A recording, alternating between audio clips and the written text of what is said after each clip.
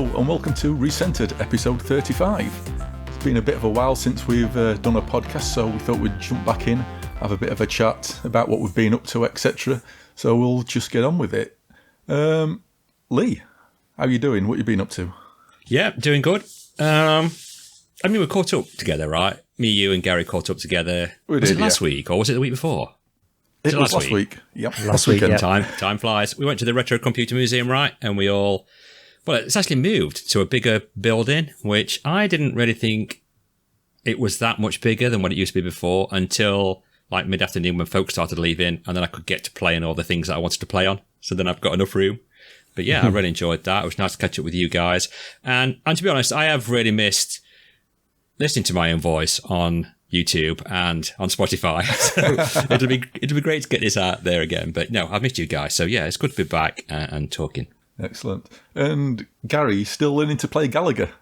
Yeah, just about. Yeah, thanks for that. Yeah, so we, like Lee said, we met up at the Retro Computer Museum last week, and Rog broke his own record on Gallagher. I think he broke Matthew Broderick's record, to be fair. Yeah, he did really well. And so my record was only something like 58,000 when I sent when we were having a little mini competition between us three. And Roger broke over 100,000 then. And then at the Retro Computer Museum on the machine, what did you get, Rog? What was it, 180,000? Something like that? About 150 something, 158 or something like that, yeah. Go check our Twitter out. It's on there, yeah, it's on our Twitter. I put a few videos out the day while we're there, so go check those out and you'll see Roger's ridiculous score. For anybody interested, I got 17,000. I mean, to be fair, in the Gallagher, if there's a Gallagher playing community out there, that's probably pretty dire scores overall. For me, because we started playing it, we had a bit of a little competition between ourselves, didn't we? And when I started playing, I couldn't break 20,000 to start with. Then it 60,000, then it went to 100,000, and I sort of got to 120, and then dropped back to 100, and just couldn't do any more. So I stopped playing it, and then went to the Retro Museum and got 150, which was bizarre, but yeah, it was a good day though. I mean, I suppose we could get into the Retro Computer Museum stuff now anyway, if you wanted to. I don't know if you want to just talk quickly about that day. One of the things I was going to mention, actually, before we got onto that, is it's retro-related anyway. We will get onto VR very shortly, but it's the Amstrad. Lee, you'll like this. It's the 40-year anniversary of the Amstrad, isn't it? So It was launched on 11th of April 1984. One of the best 8-bit computers out there. We'll all agree on that. Is there a mute button on Roger or not? I'm not sure if we can just mute him out of this conversation, Lee. Must have done. But so the Amstrad, absolutely fantastic. My first computer that I owned that was my own computer, and absolutely love it. Still got one here next to me, just to the left of me now, and it gets fired up every now and again. But I mean, you were firing my old brain receptors up because I couldn't remember some of these games. We started going about, is it Roland? Yeah, Roland in the caves, Roland. Yeah, see, I can remember about playing those. I said it to my mum. Oh my God, I can remember Roland. And I played Oh Mummy.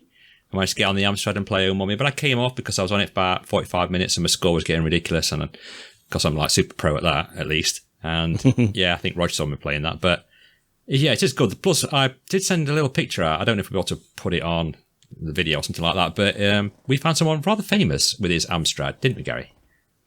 When he was younger. Yes, we did. Yeah, that was you posted. So you sent that through on the Discord. It's been on Twitter.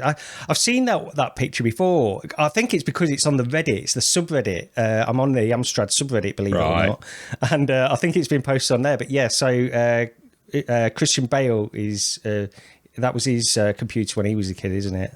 Yeah. So if it's good enough for Batman, it's good enough for us, Rog. Exactly. Yeah. And look. Happy anniversary to everybody out there who made the wrong choice. That's all I'm saying.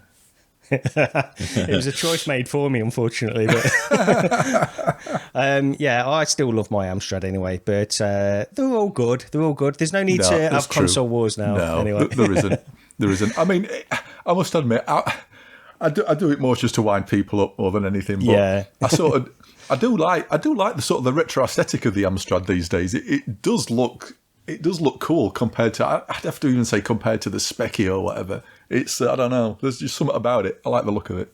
And the keyboard is, I mean, Gary will testify to this. It's so nice, right? The keyboard. I think it's one of the nicest keyboards I've ever used, even including PC-wise. The one I've got now is not as good as what the Amstrad is. No, it is a really good keyboard. And the fact is, as well, I was watching this documentary on YouTube. Well, not a documentary. It was just somebody that was an Amstrad fan just literally just rambling for 30 minutes about the 40th anniversary. And he was talking about it. And one of the things that Alan Sugar wanted to do, I mean, I can't stand Alan Sugar, but one of the things he wanted to do was make it, sort of refine it, so you had that tape deck and the keyboard all in one unit with the monitor, and it only had one power socket, all these things. I think all that is good. I mean, to be honest, look, you can compare all the games on different platforms and things, and the Amstrad won't very often win out of all the three platforms, but it's in certain cases, the ones we can try and remember, it really does a good job anyway. Yeah. But yeah, just going back to the Retro Museum there, it's like, if nobody's been, it's in Leicester. It's I don't know what the normal price is. The normal price £12. I don't know, or is it a 10? No, I think it's less than that. Yeah, it's £12 for the sort of like when they do like one of their gathering events. Legends Gathering. It's nice that it's in a new place now. It's a lot less cramped. The corridors are still a bit sort of, they have to push past people when people are queuing up for food. But all the machines are a lot more spread out now, and you can sit down, and we had some multiplayer Quake as well. It's the first time I've played like a LAN game in a long time. I think, man. Yeah, exactly. I mean, it's 20...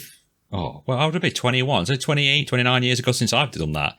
And I did actually manage to win a round as well, much to Roger's surprise, which quite amused me. But yeah, Quake, I've never even played Quake, so... I did awful on that, but it's been such a long time since I played it like a WASD game on mouse and keyboard. I'd never do that anymore. I'm all sort of gamepad, so it's been probably, I don't know even how long it's been since I've done a first-person shooter. Have they always been that fast-paced? Because it seemed to be really, really quick for me, or whether my reflexes are that slow now. Do you know what? It sort of caught me off guard how quick it was.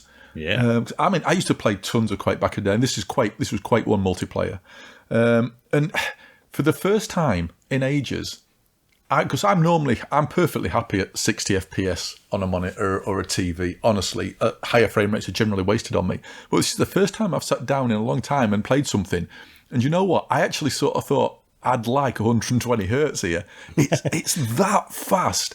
Yeah. And I tell you, it still holds up. It's still a good game. Oh, it's absolutely fantastic. Yeah. It's like none of the bull with, upgrading this, prioritizing that, getting, all these ridiculous upgrades that you need. It's just a pure fun multiplayer game. Yeah. And it's still better than most of the stuff what's just a good blast, isn't it? And plus they're on sale at minute as well on Steam, I think. Quake is. I think there's quite a lot of stuff on sale at minute, but yeah, I saw Quake on there. Yeah, for some reason I think I was missing Quake 4 out of my Steam library, so I picked that up, and that's rounded my Quake library off. There's a VR version. There's a VR version of Quake 4 in the works, isn't it? I don't know. It can't be far off that one as well. What, fan-made or actual official? No. It's a Team Beef one, but they're probably obviously Team Beef, yeah, busy with other things with the flat to VR kind of studios thing as well now as well. So I expect them to still get the Quake 4 VR mod for Quest out there at some point anyway. I'm waiting for the 6 stuff for Return to Castle Wolfenstein, or Wolfenstein, how you pronounce it. It's supposed to be coming out at some point this week, right? Or is it out now? Isn't there some sort of also some new... There's a new version of that coming out, isn't there? Or I think it's a fan-made one, but some overhaul. I don't know if it's like an engine overhaul with sort of like, better rendering and stuff. I think, because aren't they doing... Because they've got the... isn't it Return to Castle Wolfenstein on the Quest version, but they're doing a PC version? Is that what? That's it. Okay. That's it. Yeah, because I did play the Quest, the port they did for Quest, and to me that game isn't actually one that stands up very well. It just feels very empty and very grey and very boring. I agree. It needs a graphical overhaul. So I'd like to try it on PC. So if it has got the 6 stuff and things like that added to it, then. It used to be one of my favourite games back in the day, Half-Life, Unreal Tournament, Red Faction, Return to Castle, Wolfenstein, whatever it's called. I even got my mate into PCs by, showing him that game as well. Just by showing him that one game. And it was fantastic back in the day, and I'd love to give it a go in VR. Did you see anything about that? Somebody posted the other day, and I looked and I couldn't find them, but it seems that the Unreal games have been taken off Steam. now I've got them all in my library, so they're all still there. But I actually looked on the store, and there's nothing. It doesn't return anything. There isn't. I think they got took off a while ago because I've got Unreal Tournament. I'm talking about Unreal Tournament 99, the very first one that came out. Yeah. If you've still got it in your Steam library and you still purchased it then, you'll still be able to install it, because I've installed it and done a bit of digging online. So there's like unofficial patches now. There's actually people who still play that multiplayer as well online, which I was quite surprised at. And yeah, because I wanted to play that after playing Quake. But yeah, I don't think they're on there anymore. I don't know if it's an Epic thing or if it's a licensing thing. I think they've been off for a while. Huh. That's, I think the only version you can get, the only way you can buy it is the GOG.com, whatever it's called. I think you can still get it on there, I believe. Don't hold me to that, but... it just came a bit of surprise, sort of mainstream sort of series. Okay, there hasn't really been one for a while, but I'm still sort of shocked. Yeah, we should jump into that. We should all try and line up, online up and play some Unreal Tournament. Oh dear. Some OG. Facing Worlds, that'll do, yeah. I used to like the one what's the one on the crane? You used to go right up on a crane, and then you used to have a sniper rifle at top, and I used to just pick folks off with sniper rifle all the time. Yeah. That's my bugbear in shooters, actually, sniper rifles. They just really annoy me. Headshot. Oh dear me. Anyway, we should probably talk about some more VR stuff. I think we should, yeah. So I'll grab one off my list. So I had a look at VRider or VRider or however you want to pronounce it, because it's got VR in its name sort of crammed in there. So just stop, please stop doing that. There's no need. If you have to put VR on the end after the name of the title, you really need to, fine, but stop trying to make VR part of the actual wording. It's so annoying. Anyway, this is sort of like a motorbike racing game. I think it's licensed from some Superbike World Championships or whatever it is. I do not follow Superbike racing, so that's sort of lost on me. I think bike games have sort of notoriously the bad control-wise, or they always have been for me on video games. They just never seem to control very well. I think Drive Club, the motorbike sort of add-on they did for that, wasn't too bad. But generally speaking, I have a terrible time controlling bikes in games. It's always like you wobble left and you wobble right and you wobble left, and you just keep doing that down the track and never go in a straight line. With this, you basically hold your controllers out in the position of the handlebars, and you tilt left and right. And it actually sort of works. In all honesty, it's probably one of the better control schemes I've ever used for riding a motorbike in any sort of video game, VR or not. Well, it's probably the first time in a VR game. But yeah, it just works better than, say, like a joypad or whatever. It's still not 100% there for me personally. There's always that moment where you tilt so much, and for some reason you suddenly turn extremely sharply instead of just the nice sort of banking curve you had. And somebody was trying to explain this on one of the forums about it to do with the amount of tyre contact on the road, and it's emulating that and what can happen. But for me, this is like, I don't know, I'm not that deep into it, and because you've got no physical feedback, you can't feel the tyres on the road. It's something that happens, and then it's sort of just annoying. But that aside, it doesn't handle too badly. I think you still need a bit of practice to get there, but it works definitely better than a joypad. One thing I did find, though, is this is extremely difficult. Either that or I'm just really bad at it. Even on easy, I was struggling. I was just like, a lot of the time I was at the back of the pack, then I'd maybe get into the middle of the other bikes and then end up doing, making a mistake and ending up at the back again. This is tough.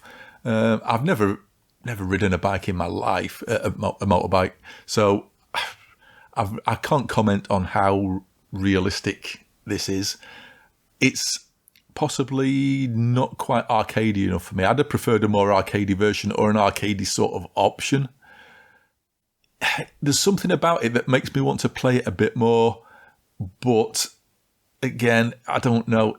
I'm not into bikes, so there's nothing there to drag me in, and it's sort of like, yeah, it's okay. If you want a bike racing game on mobile, because this is on Quest, then it's not. I think it's one worth looking at.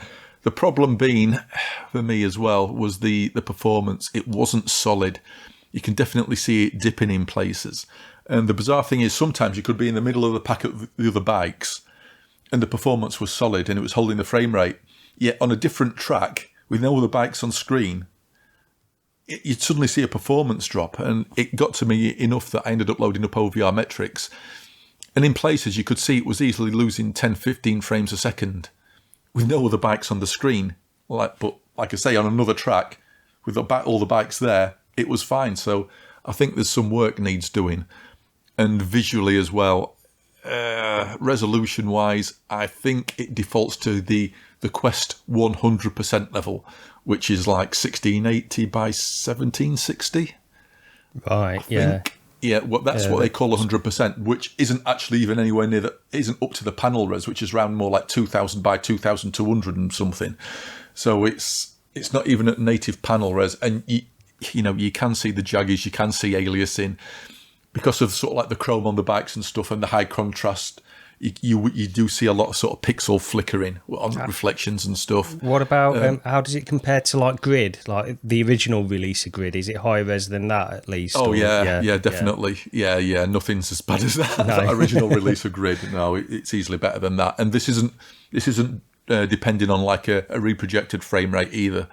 It's just not holding the frame rate in places. It's 72 hertz. It runs at. So yeah, it needs a bit of performance tweaking somewhere. Definitely. It's on AppLab, right? It's on AppLab. Was it on AppLab? I honestly can't remember. I think it is. I think it's due to come out with more courses and multiplayer tweaks and that in the summertime. Yeah. But it gives them a chance to work on it for sure. I mean, I've seen bits of it. I've seen a few videos, and whereas you like a more arcadey type thing, I'd like it to be more realistic. I'm a bike in real life. I saw like a video of GT, went off the track onto the grass, and it made no difference. I thought, well, how big's the track? It's all of it. Basically, you couldn't really fall off. But I mean, I was thinking about giving it a go, but you said to me in Discord that I'd rage quit, and you're probably right. So maybe I'll check it out when it comes out and proper release date when there's a few more updates. But it's nice to see. It's nice to see something like that on VR, because we have been playing a few in UEVR, haven't we? Like Ride 4 and Ride 5, and they do work really well in VR. Yeah.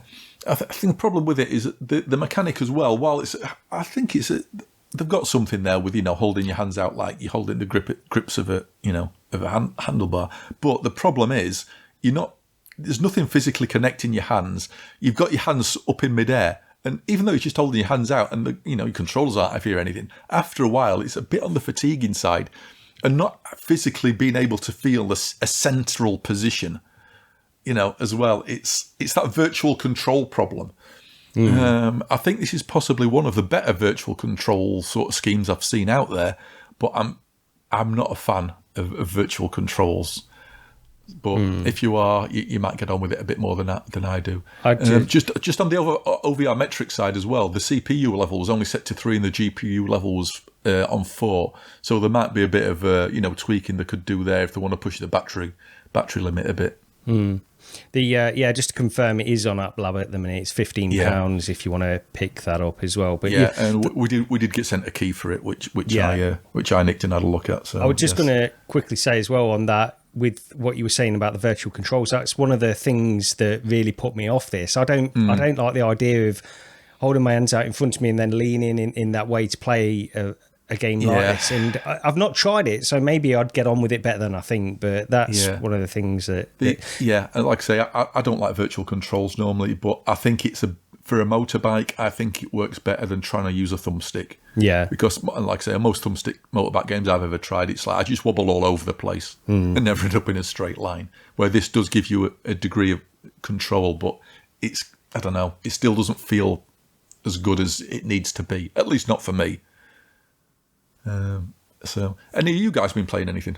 Well, I was just going to quickly mention, because it's like a gap between the last episode and this episode, and one that you guys did. So you did a review of Max Mustard a few weeks ago when it first came out, and I didn't jump in until earlier this week. So just quickly, because I know it's older news now, but I've played through its Arrh 1. The sort of the worlds are listed as Arrhs, aren't they? They're down there. So I played through Arrh 1 and the first level of Arrh 2. And it's pretty much what I expected it to be. It's like a low-budget Astrobot, really. And I think it's blatantly the inspirations blatantly come from Astrobot, in my opinion, more than any of the other platformers. But yeah, it sets out to be a low budget Astrobot, and I think they've done a really good job of making it a low budget Astrobot. I think it's great. I think the actual platforming levels are good, and I think actually they mix things up in terms of gameplay a little bit more than I was expecting, which is sort of one of the staple features of an Astrobot game, where there's a lot of variety in the gameplay and things like that. Now, this probably isn't as much as Astrobot and doesn't push things to the limits as much as Astrobot does, but you've got things where you used various types of guns, you've got little bonus stages, you've got a few different power-ups. You've all gone, you've gone through this on the review that you guys did, so I pretty much agree with what you were all saying. And I don't know if you made this point, but one of the things that I noticed which sets it apart more than anything else from Astrobot is the one boss battle I had was very underwhelming. Maybe you mentioned that on the review, but it was just, it's like the scale is there, but there's none of the animation or the imagination that goes into the boss battles. Yeah, it tries to do Astrobot, but it doesn't. I don't know. It's just never quite gets there. But no, it's a tall order. It's like, it's a smaller studio, and I think I called it like a lower budget Astrobot as well. And I don't mean it in a disparaging way. It's just a fact. Yeah, they've not got the resources behind it. But for what they did, it's a good game, and it is worth playing. At least I thought it was anyway. I think it's great. I'm going to carry on. My daughter's about the same place, and the good thing is you get multiple save slots as well. So you get 3 save slots. My daughter's playing through it at the same time as me, which is great. But yeah, I think it's a really, really good game. And one of the things I was going to mention as well, because I know you mentioned this on the review, you both said it was a little bit low res at the time that you played it. Now, I only went in last week and it looked really sharp to me. Now, I don't know if it's had an update since you guys played it. It has. It's had an update, yeah. I think it's not far off the res that we were playing it with Quest Games Optimizer now. And I think with Quest Games Optimizer, it does slightly up-res it again, don't it, Rog? I think just a little bit. Has a bit more to it. But playing it without Quest Games Optimizer, it's perfectly... Yeah, it's fine. It's really sharp now. It's really clear. Yeah. I thought it looked great. I think it's a really good, solid game. I mean, it's one of the best platformers that I've played. I mean, the only thing I would say, like, Moss isn't really the same kind of game anyway as this. It's a third-person kind of platformer, but this is definitely in that Astrobot mold, and this is the best one that I've played of that type, really. It's better than Ven, better than, I played a little bit of Mixture, which I know has just come out on PSVR 2 as well. I didn't play it on PSVR 2, but that's nowhere near up to the standard of some of these other platformers, and this is probably the best one. And low budget Astrobot, I think that says it all, really, to be honest. Yeah, absolutely. It's worth playing, and especially if you're a Quest only gamer as well, then it's a definite recommend. Yeah. Did you go on that? Because, like you said, there's bonus levels, isn't there, where you pick more coins up? Now, I went to one of those, and I believe I put the clip in our Discord where it's shooting millions of coins out at you. You can't go wrong to pick up thousands of coins on this little bonus level. I got 1 before dying, right? So I sent that to Roger, and you never believe what I got on this bonus level. So it was Creasing 7 after, so I thought, right, I'm going to go in again. And I got 1 again. So I sent that to Roger again. I was like, dude, I just can't get more than 1. I just totally suck at this bonus level. The bonus level, so I might have missed that one. Is that towards the end of the first arc? Because you're jumping over the pit. Yes. So my daughter played that. I skipped that one because you don't need to play those anyway, do you? You can skip past those entirely. But I should have I need to go back in there anyway because I need more coins for the power-ups that I want to get anyway. So, yeah. You can go back to the previous arcs as well, can't you? I think, even if you progress. So, yeah. But good game. Yeah. Something what sort of popped up the other day. Ultimate Swing Golf is an upcoming game. It's out next, about a month's time from now. I think it's 24th or 25th next month sometime. I can't quite remember. And I thought, another sort of like, arcade, sort of cartoony, arcadey looking golf game. But then what caught my attention was somebody pointed out this is from the same people behind Everybody's Golf or Hot Shots Golf, however you know it. Is it Clap Hands? Clap Hands, yeah. So Ultimate Swing Golf, 4 players. So I've got sort of high hopes for that one because I really used to enjoy the Everybody's Golf games, even the flat ones. Did you play those? I don't think I've played them. But what were they on? Oh, PlayStation. They've been about for years. I used to play it on PSP as well. You think someone like me would have obviously played those with being a big Walkabout Mini Golf fan, but no, I've not. When you posted it the other day, I thought, no, I don't think I've ever seen this. There was a VR one, weren't they, on PSVR? Yes. The original PSVR, wasn't it? The PSVR one. Did you played that, didn't you, Roger? I think you mentioned it before. I did, and it was all right, apart from the fact there was no multiplayer. You couldn't play it online. Yeah, that's it was a single player only game. It was absolutely ridiculous. It was just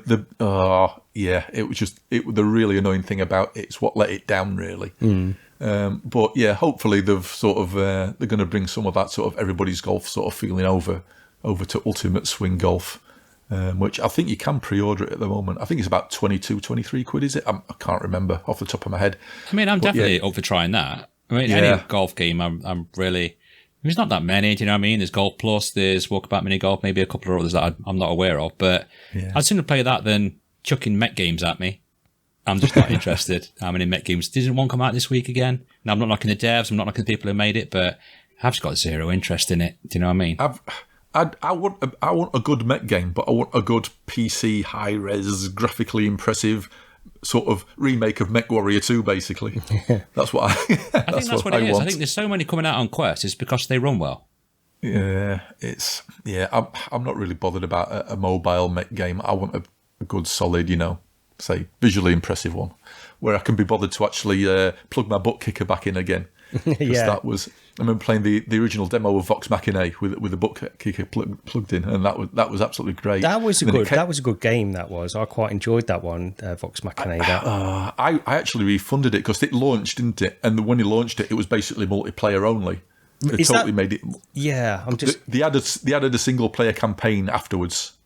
Is that the older one? When did that come out? Was that like 2017, 2018 time? Is that one that I'm thinking of? I can't remember. I was waiting for it for ages because the original demo for that was back on the DK2.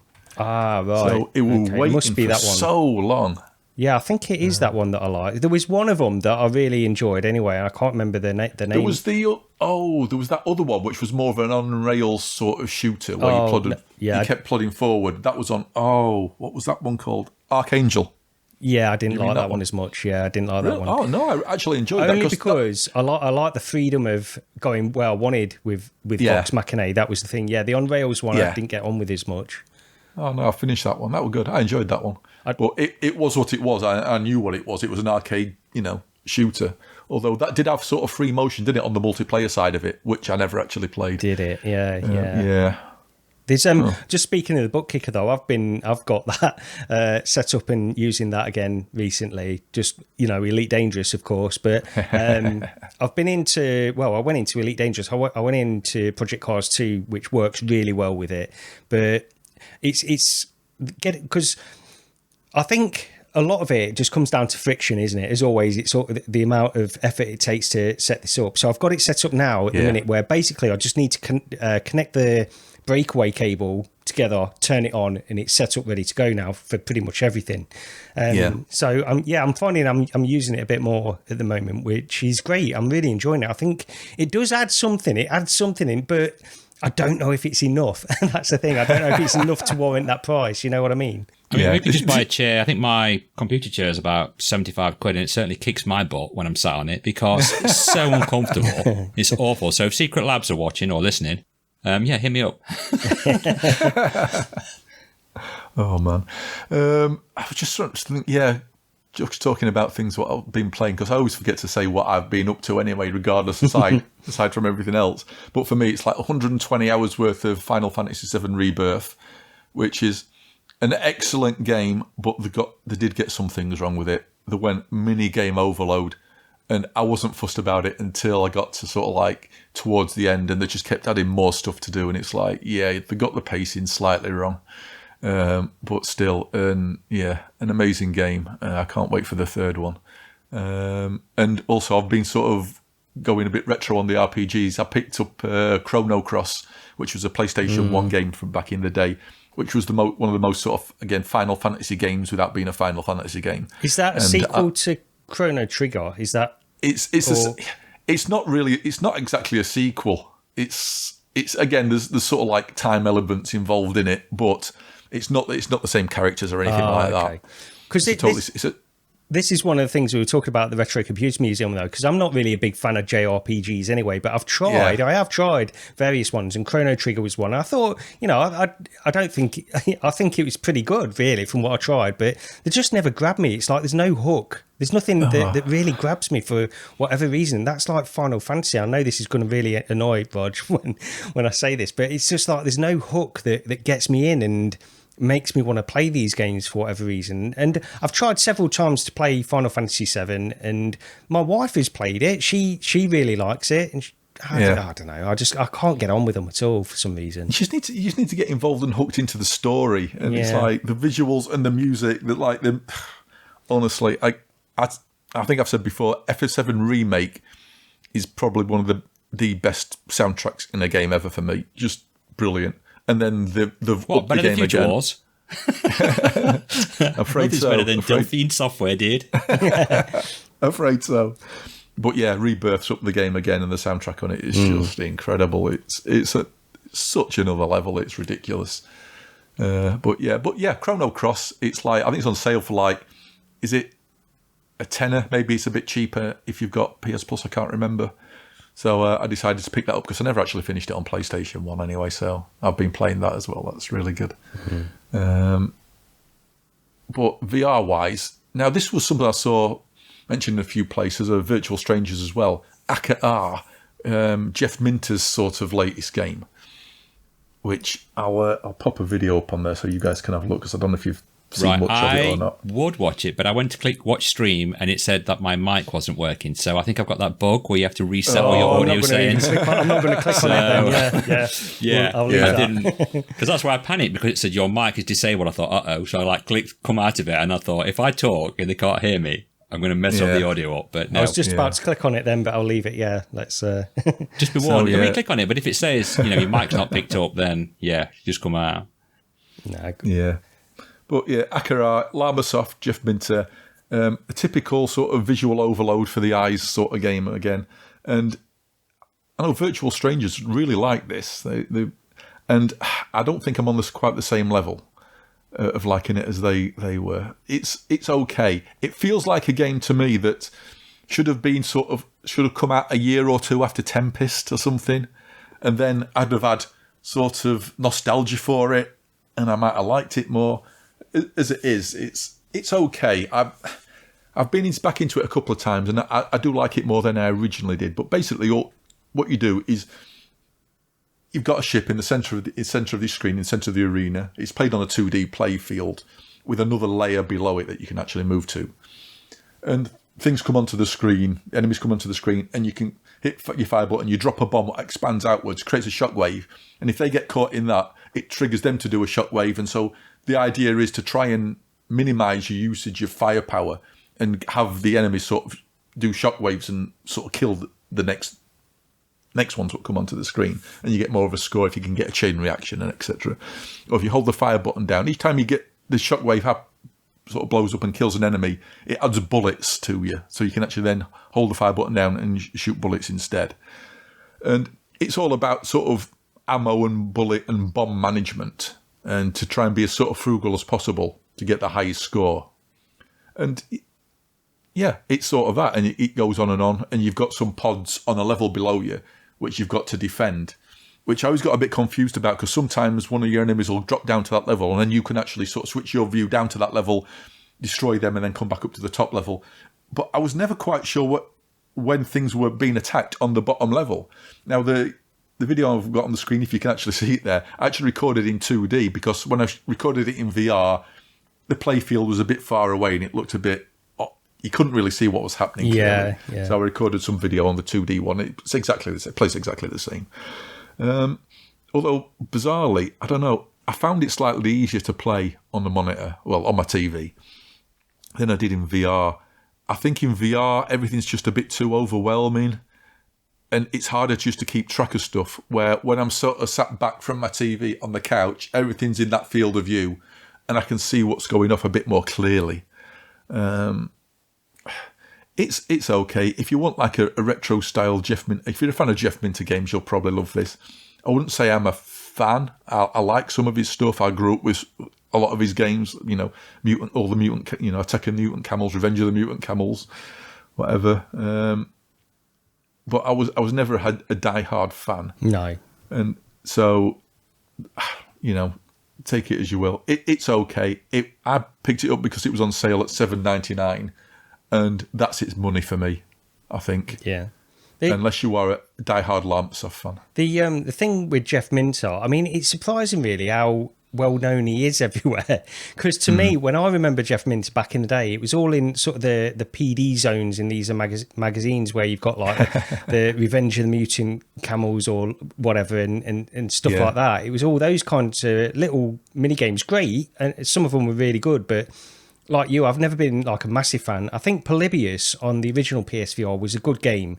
I did enjoy that, but a lot of that was the speed and the spectacle of it. And that's what made it. It was just the fact that you were going through these environments really quickly, and there was a lot of like particle effects and things. And all these games have that kind of thing, don't they, in VR?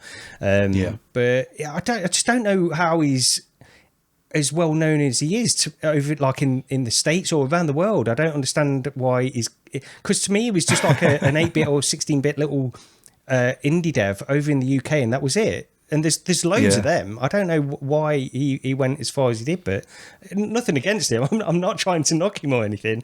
I'm just saying it's just surprising there aren't more examples of that. If he did it, why others didn't either? And he's still doing the same sort of games now as he was as he was back then. These trippy, graphical overload sort of particle effect type games. Yeah. He actually made one of the first. I actually saw. I've met Jeff Minter twice. First was, I think it was Earl's Court. It was an Atari ST show, and I was I'd been a teenager at the time, and it was he had these. I don't know if you ever saw it in their magazines. He used to have an Atari ST which was like painted in sort of like multicolour painted Atari ST, and it was demoing Trippertron, which I think was one of the first music visualizers I'd ever seen at the time. Oh, okay. And then the next time it was a retro event. Oh, good grief! It might be 20 going on. It must be at least 20 years ago now, a retro event in Frome. It was when the 3DS, some of us there had import 3DSs, and we ended up in a curry house and we were playing, I think it was Ridge Racer, because I'd bought Ridge Racer, and you could transmit the multiplayer section of it to other 3DSs. Oh, okay. And have 6 players. So we were playing Ridge Racer. It is in a curry restaurant. I mean, he is definitely a fan of VR, isn't he? I mean, that's the thing. He's just there was something about Polybius. The reason I think he was asked about porting Polybius to PSVR 2, and I think he said that it was either an interview or just somebody talking to him at one of these conferences or something like that, and he was saying basically he'd have to charge for it and people wouldn't like that, and that's the reason why. And I think that speaks to a lot of why we haven't got some ports, at least, the smaller PSVR games over to PSVR 2. With this one, if you look on Steam, it's available on Steam, but it doesn't have VR support. It's flat only. And if you look in the discussion tab, the sort of general response from them is, what we'd like to do it, but it's not up to us. It's basically up to Atari. It's because Atari are the publishers. Right. And for some reason, they just don't seem to want VR on the PC version, which is a bit weird. And from what it sounds like, is they've got it and it's there, ready to go. Yeah. So as you can tell, so it's like, I don't understand why not release it. Well, they've got I mean, that is weird, because they'd have a bigger overall market on PC, surely. Then but you would think so. Think so. Yeah. Well, I was just going to talk about one of the ones that the demo that we've all played this afternoon. And Lee, I'll pass it over to you first on this, I reckon, because you've made a video on it on your channel, haven't you? You told me about it. I didn't even know about this. So Subside. Yeah, surprise! Got a video out. It's only about 6-7 minutes long because I didn't really know what I was doing. But apart from that, I saw a tweet from Mike from VR Oasis saying, "I'm going to go check out this demo, this game." And it's like a diving game, right? And I always like the look of those, like Subnautica, things like that. So I wanted to go and give it a try. And yeah, I was quite pleasantly surprised how good it was. It's not perfect. It does have a few flaws, but it's a single dev from what I understand, and he is working on these problems. He's going to work out and sort a few things out as well, and is open to ideas. So I think me and Gary had a few issues that we sort of agreed on, but it looks really good, right? It's got tiny little fish swimming around. You've got, even if you go really close down and you don't, well, I say swim down, it's really hard to swim. That's one of the things I struggled with. But when you get down to where the sand is, you can literally see individual grains of sand in it. I thought it was really, really good. And they're going to have other levels like shark diving things in a cage. And if you go to the Steam page, I'll link to my video. You can have a look and check it out yourself. But it's one I'm really looking forward to. I really enjoyed that brief 10-15 minutes go I had on it. Yeah, I actually put about half an hour into it, according to Steam. You were looking for all the extra bits then. I collected all the There's these 4 things you can collect. So because I thought, how do you get? How do you open something else up? So I found all the 4 discs or something. Yeah, like floppy discs. 4 discs you collect, and it said, it mentioned something like another level's opened up or something. So I went back to the main menu. When you go back to the main menu, and there's 2 other things there. There's another level next to it, but it's not unlocked. It's just there, but it's locked still. And then there's a shark cage level next to that, and that's locked as well. And that said something like, was it 1 out of 4? I don't know. But when you're swimming around, you say shark, something like that. But there's a little toy rubber shark or something, and I found one of them. I don't know if there's any more. I'm going to say this is just a demo, isn't it? So it might be that you just literally can't look at those other levels yet. I don't think you can. But I think this will be the way to play it to unlock the other levels. I think, yeah, definitely, yeah. But I collected the coins so you could get like the buoyancy aid thing, which makes it a lot easier because then you can sort of move up and down on your left stick. So you can, when you first start playing this. Did you have a problem trying to sort of overcome the buoyancy? Yes, because I kept floating to the surface. Yeah, I did too. I just couldn't swim. But then it shows you like a video where when you first start, it shows you like a little video of him putting the hands towards himself, doesn't it? That was weird. Which I found really weird. Yeah. Oh. Because I was trying to swim like that. I'm sorry, I'm showing on the video for the like a breaststroke, like a normal breaststroke type swimming. Yeah. And it when I was trying to do that, when I tried to pick something up, it actually pushed me back to the top of the water. Yes. So I wonder if you have to pull it towards you to get down and then push it back like that to go back up. If that makes any sense. What I found was that if you did like a breaststroke motion, once your arms went out to the side, just leave them there for a second or 2 and let the momentum carry you forward. Then pull your arms back in and do it again. Do it very slow and deliberately. Don't try and swim fast. If you try and swim fast, what would happen was I'd sort of go forward a bit and then I'd get pushed back a bit. And I was doing this forwards back thing all the time. Yeah, but if you do it more slow and deliberately, it works better. If you get the coins to buy the flippers, then you can hold the right trigger down. And what that'll do is give you some slight forward momentum, as in, I suppose, you're waggling your feet. All right, so there's a bit more to demo than I thought then. Yeah. And then if you do that and swim, you go a bit faster as well. But once you've got those 2 things you can buy, it makes it a lot easier. It's just in the beginning, it's a bit awkward because sometimes I'd reach out to put my hand out to try and pick up one of the discs or a coin, and just pushing my hand forward to pick it up would make me suddenly go backwards. Faster than I thought it should. So I think the swimming needs a bit more work. The graphics, I thought, these look actually all right. And I was looking at the rocks and I had a suspicion. So I went and looked and I thought, I wonder if this is Unreal. And it is. It's Unreal Engine. And it is using the Quixel Mega Scans assets. Which I had an inkling it might be. Yeah. Well, on that, the graphics, to me, it looks like on a par pretty much when you're looking around and the fish and all those kinds of things. It looks pretty much on par with the blue. Maybe not so much on the lighting. I think the lighting when you're underwater at least is not as good, but certain like the rocks and the fish and things like that look pretty much on a par. And I felt like it was like a swimming version of the blue. But one of the things I was going to ask both of you, and I mentioned this in the Discord, is it felt there was a bit jarring where I couldn't reach out and grab a rock, for example, and just pull myself a little bit closer. That felt like an obvious thing that's missing from it at this stage. And we've mentioned this is a demo, it's an alpha, so these are all things that the developer can add anyway. But that felt like something I really wanted to do and felt like I should be able to do. It absolutely needs to be there. You need to be able to grab hold of, a chunk of wood, or there's like an old rusty car under there. You need to be able to grab hold of pieces of the scenery and pull yourself pull yourself about. That isn't there yet. It has got physics in the fact you can sort of push yourself off something or hook your hand under something and pull, and it will move. But you literally can't grab something. Yeah. Although there was a bit of a weird one where there's like a concrete pipe at one point, and I'd swum past it on the outside.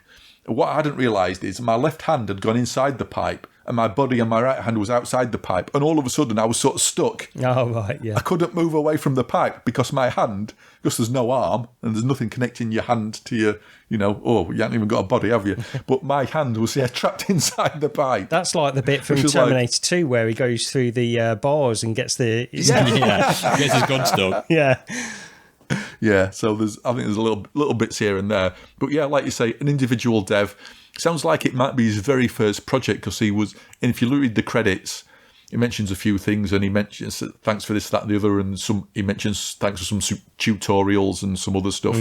So it sounds like somebody's first attempt at doing something, but it's, if that's the case, then yeah, impressive. Have a look.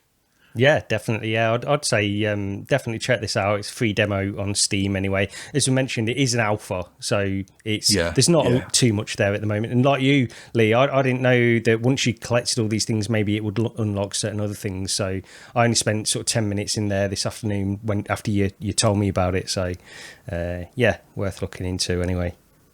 Yeah, definitely.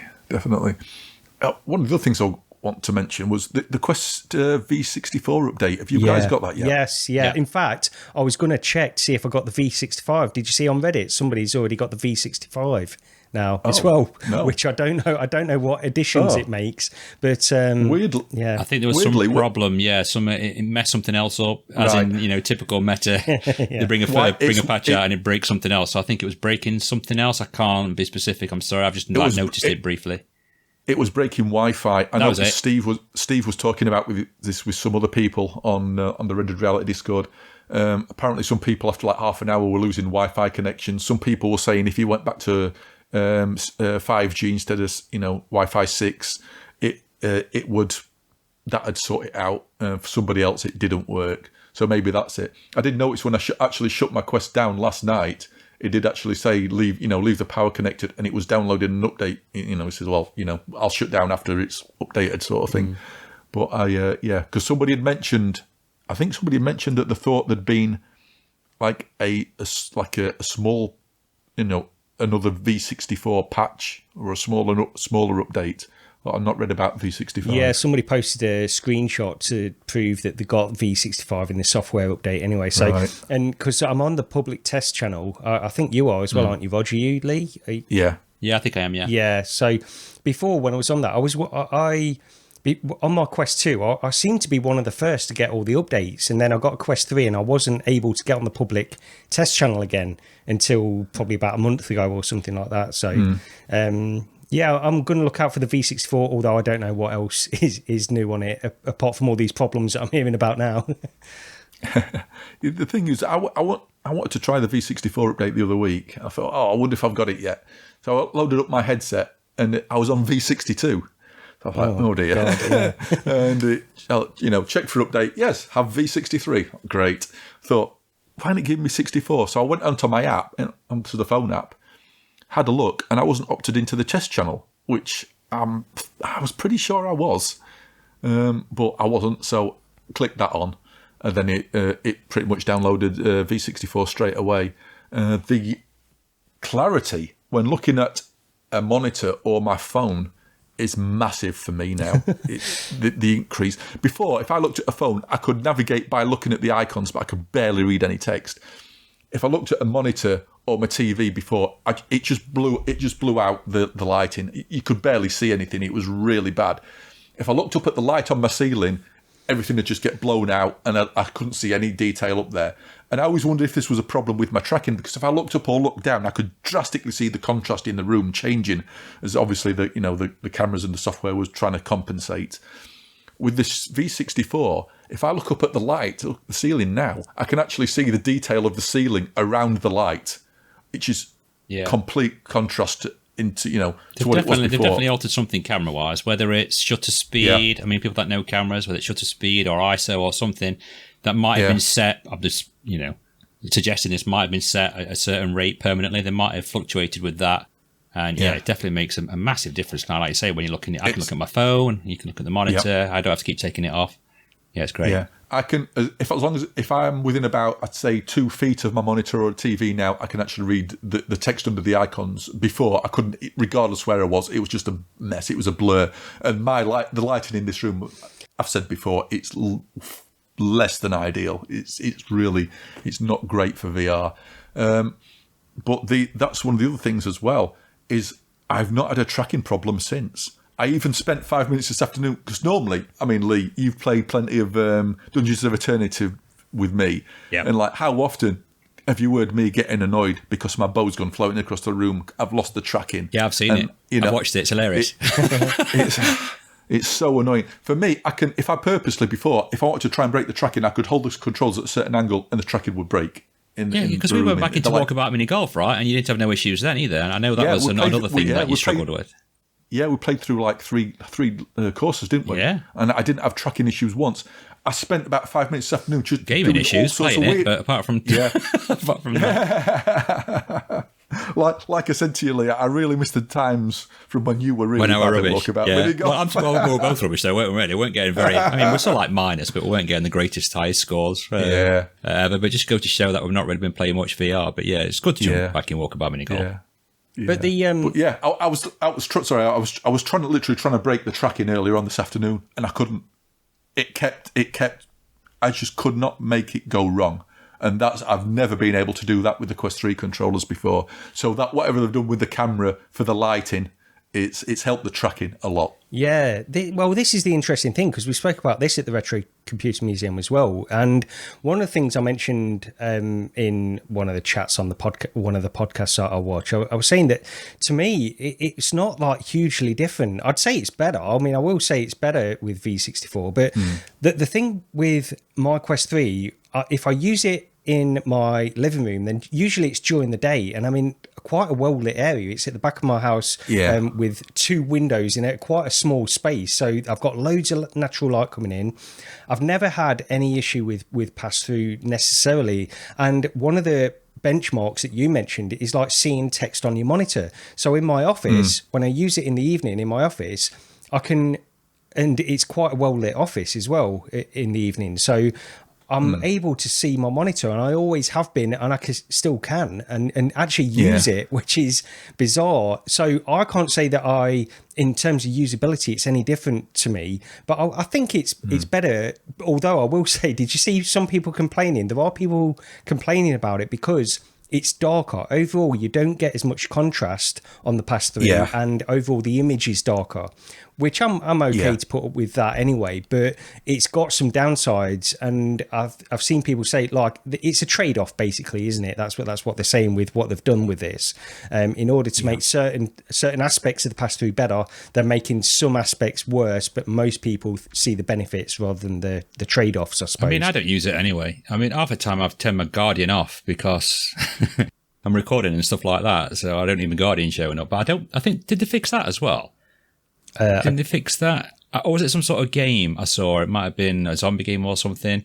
Imagine that. Imagine playing it, and then you're in mixed reality, and the Guardian pops up while you're playing it. Oh, I know what you mean. So, yeah, because they got the space area, haven't they, where you set it up with the... Yeah. And then they've got a separate Guardian. Yeah, it's weird, isn't it? Because what you get is a mishmash of, if you're playing a virtual reality game, you'll still get the space area showing up, fading in, like the objects in your room and stuff. Yeah, it does, yeah. And then alternately, if you're playing a mixed reality game, you'll still get the Guardian showing up. And I don't know, there's been various things that people have spoken about. I've honestly not looked into that for a long time. It's something that was annoying. I remember that, but... Do you both go in mixed reality stuff much? Because personally, I don't go in it at all. No. I use it for 11 table tennis. I do use it for that.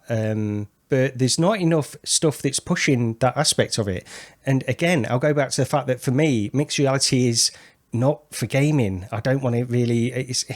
I know that you can use it for gaming. There's some great games out there for mixed reality, but it's not that I want to get to. I want to get to mixed reality where we got smaller form factors and I can use it for other stuff. That's really what I want it for. And I don't think it's there yet. Technology-wise, this is a first step, and I'm pleased it's there and they're pushing this feature. But I think it's a difficult sell at the moment for a majority of users of VR who are coming from just general VR background. But I think it's an important feature regardless. I think it should be there, and I'm glad it's there, and I'm glad they're going to keep it for the future. Yeah. For me, it's definitely, like you say, it needs to be for a smaller form factor headset. It would be for me more for consuming media, where you can have that giant floating screen, but you could also see maybe your monitor off to the side clearly. Maybe that's got something else on it you're keeping an eye on. It isn't there. The pass-through needs to be way, way better. The headset needs to be way, way lighter. It still seems like a technology preview. It does, and I will say, like, to me, I've mentioned this probably on this podcast several times as well. So sorry for repeating myself, but I do use it for using virtual desktop, sitting in my living room where I'm not near my PC, which is in my office. So I use it for that quite often. I mean, there was a time where I was using that daily. I wouldn't even step into my office. I'd remotely turn on my PC, put on my Quest 3 and use it for that way. Like at the end of the day where I need to do the spreadsheets for work or whatever, I would do it in that way. And to me, that's great. And I can still see the people in my room. I can still communicate with them, and it's still nascent technology. It's still not there. Of course, they're like they're looking at me weird because they don't know I'm actually looking at them or not, and all these other things. So, but yeah, it sounds like you need to drop $3,500 on an Apple headset. I know. Well, this is the thing. Like you hear about Brad not having a monitor anymore. I mean, to me, that's still ridiculous. But it's sort of you understand. In the future, that could be a thing. At least I think I could understand using it for that kind of in the future. Even now, even though I'm using like the Quest for that purpose, it's literally like half an hour at the end of the day. I want to do some spreadsheets in my living room. I could do it. I wouldn't replace a monitor at this stage. I'd use it for something like that more if the actual OS worked more like it does with the Apple Vision Pro, where you can like just grab monitors and throw them about where you want. The problem with the Quest is it's like, well, I can open this window up here and I can have one to the left and one to the right, just docked next to it. But it feels very limited. It does, yeah. You know, you're sort of stuck in that configuration. And it's like, I just want to be able to open a browser up and have it float over there. Open my desktop up, have it float over, you know. It's just not. I wonder. I just don't see how they're going to get there. Well, I wonder how much like Guy Godin can do with virtual desktop. How much he's got access to the levels of what he can do with that system. Because I use virtual desktop when I'm accessing my PC. I'm using virtual desktop.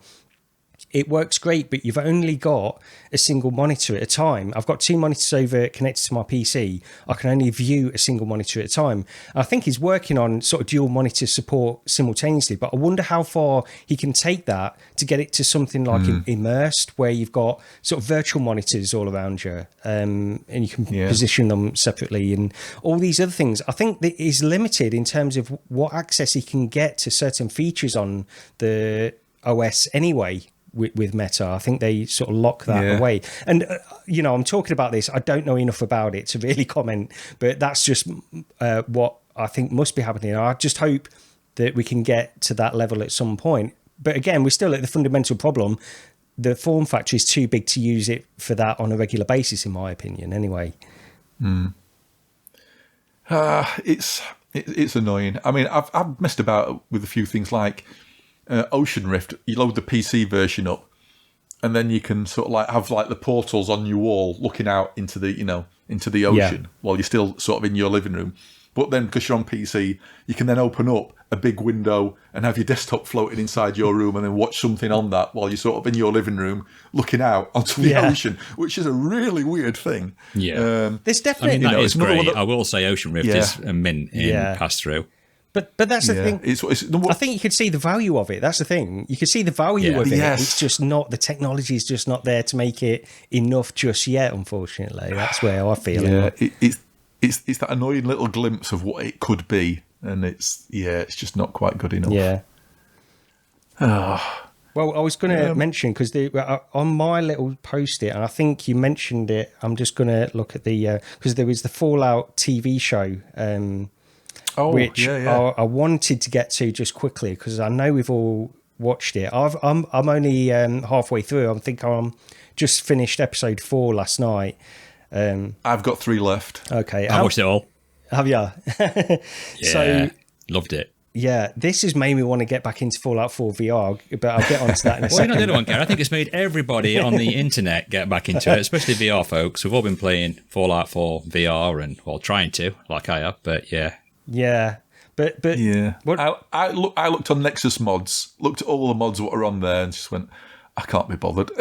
Well, you don't need that many mods for it, honestly. No. I was looking at my Vortex install for it when I last went in, and I've got 5 mods in there, and it's like performance mods. It's some graphical thing. Then I've got the VRider, is it that mod? That's the full body. Yep, yeah, I've got that in there. So there's very That's essential. few. Yeah, there's not many that you need to get it playing like a proper VR game.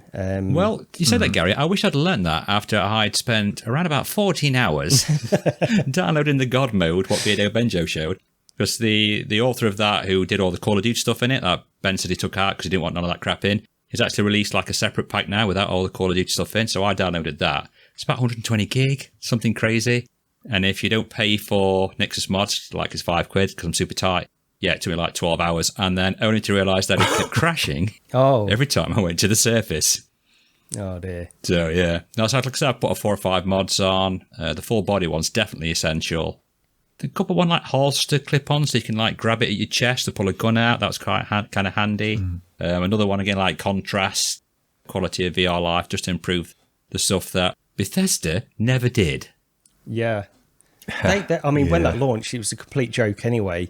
And then they sort of patched it a couple of times, but they've not done a lot with it since. So you are relying on mods a lot of the time. Mods, yeah. I'm just looking at what have I got. People love the game, and the modders have come to the rescue again, like they always do. So, yeah, mine... actually, I've only got 4. So I've got the VR optimization project, which just cuts out some of the crap that's lying around to make it go faster.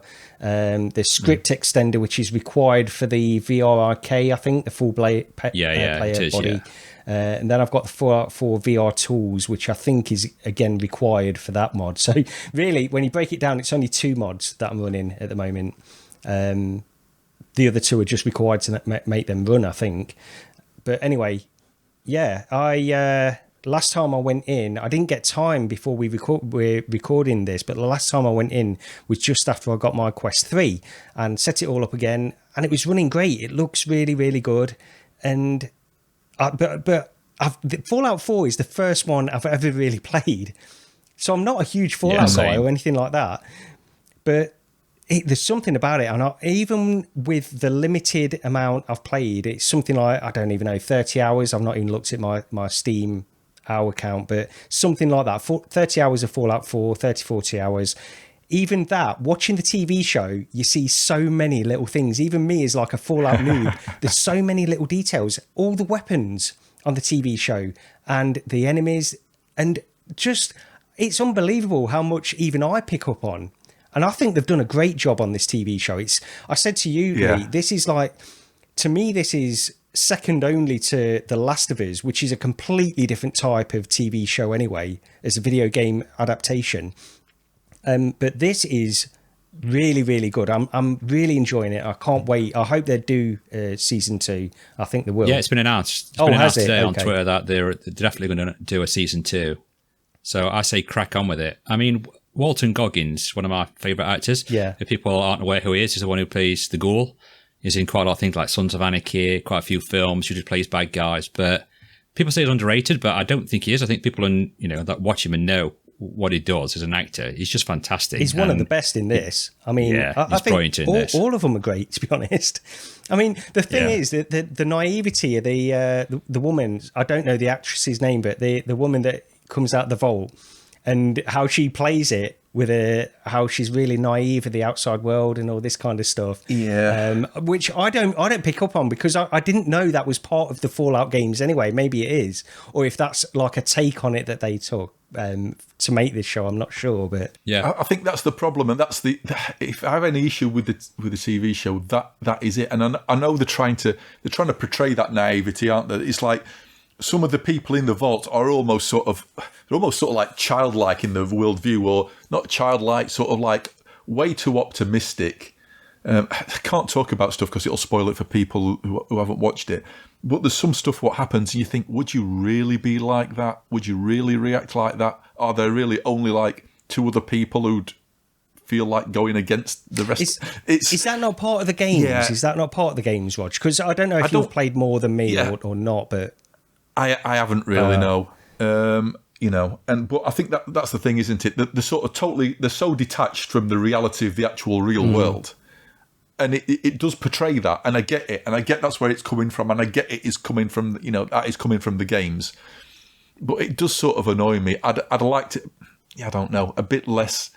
It can almost seem a bit too comic-y in places. Yeah, that's like that aspect definitely adds a comic portion to the show more than anything else, I think, because there's comedy in it all the way through, like with the Ghoul even and stuff, the way he reacts to certain things. But I think that more than anything, it's like their optimism and how they are rigid to the rules. They want to stick to the rules and those kinds of things, which I disagree. For me, I think I like that aspect of it, but I guess everybody... Yeah. It's like it's not bad, and I get why they're doing it. It just doesn't. I don't know. It's just not my sort of thing. The way they do that, compared with the sort of rawness and the roughness and the brutality with the rest of the real world, and I get it. And I get they are showing that contrast there, but I don't know. It just sort of I don't know. It puts it in second place to The Last of Us for me. Oh God, I hated The Last of Us. Did you? No, I'm sorry. It sucked ass. I hated it. Right, my missus loved it, but she never played the game. But then again, I've only played so much of the game now after watching the series. I just think it's a bit. What's the bloke who's Mandalorian? He's just he's overloaded. Just Pedro everything. Pascal. Yeah, I mean I like him. I like the bloke. Don't get me wrong, but I just didn't think that they gelled so well. I really like the Last of Us TV show, but I really, really like the game. And I did feel a little bit like the Last of Us as a show was, to me, it was bordering on being too slow paced.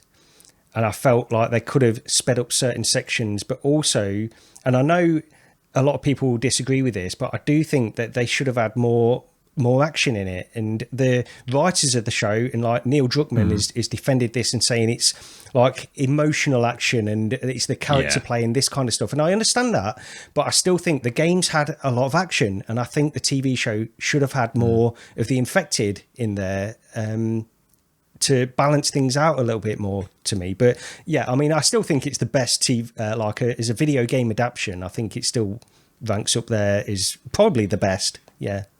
Yeah, but no, I mean, even sort of with my comments on Fallout, it is brilliant. It is great. It's like it's because it's so rare to get something that's a game, that's good. Like a TV series or a movie conversion that's even sort of watchable, let alone really watchable. Yeah. It is. I mean, it grew on great. me. It grew on me more. I watched it. I mean, I put a tweet out. I watched the first episode and I was like, I don't know if I can really relate to this. And people were saying how fantastic it was. Those that's played the games can probably relate to it more. I mean, Mrs. Days hadn't watched it either, and she watched it all with me, and it grew on me more the series went. And by the time I watched the final episode, I was like, "That's brilliant! Well, I can't wait till they do more." Which has made me get Fallout 3, Fallout 4, Fallout VR. So Bethesda must be swimming in £50 notes. Well, they're pushing it on Steam and stuff, aren't they? They're doing updates and next gen updates and things because to coincide with Not it. for VR though, unfortunately. No. I think it's console and PC. Fallout. Is it just Fallout 4, Rog? I don't know if it's. I think I don't know. That's what I saw with Fallout 4. They're doing like a next gen update for. Well, like I say, maybe some of the modders can get hold of some of the new content and patch it into the VR one. I got Fallout 3 today, and that just doesn't work. Yeah, just quits you straight back to the desktop. So good old Bethesda, as you do. You have to like run it in compatibility mode, do some ini tweaks. So if anyone does pick that up and runs into that, you've got to mess around a little bit. But yeah, Google's your friend. And I'm up and running now. I'm full ultra widescreen and stuff. And the first time I played that, and it's got that. I'm like, it's just like the TV, because the music starts off like the show does and stuff. I'm like, it's like the TV show, but it isn't. The TV show's like the game, but yeah. I'm just trying to think. I'm just trying to think if I've ever finished a Bethesda game, and I don't. I haven't either. No, I've played. So have you? So I played probably, like I said on Discord earlier, like I think it's probably about 2 hours of Fallout 3. It came out at a time when I wasn't really playing any video games anyway. And within 2 hours... Plus you're in it. Yeah. Right, if anyone's played Fallout 3, just very quickly, I'm going to send a picture in our Discord. Funny. Right, I'm going to send it. Whoever's going to do the video, if you're doing the video, Rog, I'll send it here, obviously, and just put it up. Pop a picture up now of Gary, and then put a picture up that I sent of the dad at the beginning of Fallout 3. I even sent it to our number one fan, Victoria, and she went, "Oh my God, it's a spin image."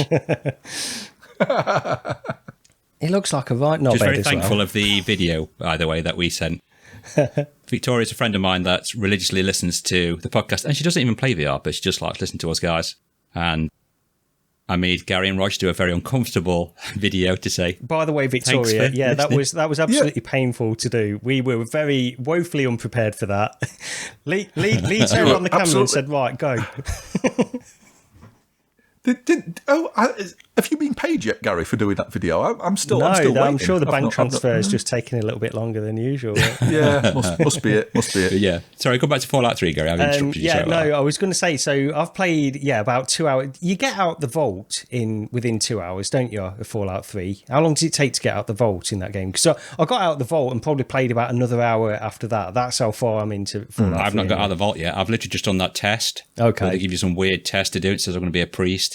And then all hell broke loose, and then I got killed by a god because I couldn't work out how to whip my BB gun out and kill him. It must be not long after that, I would think, you get out. But anyway, the point is, I've not really got that much in-depth knowledge on Fallout, but Fallout 4 was the one I played and I waited because Bethesda announced it was going to be in VR, so I waited for the VR version. It came out, it was absolutely awful, but I pushed through, and when the modders started to make it a better game, then that's my experience of VR and Fallout 4. So yeah, that's really all I've played. But Rog, how much have you played of Fallout 4 VR? Have you put in a few hours? I've been trying to think.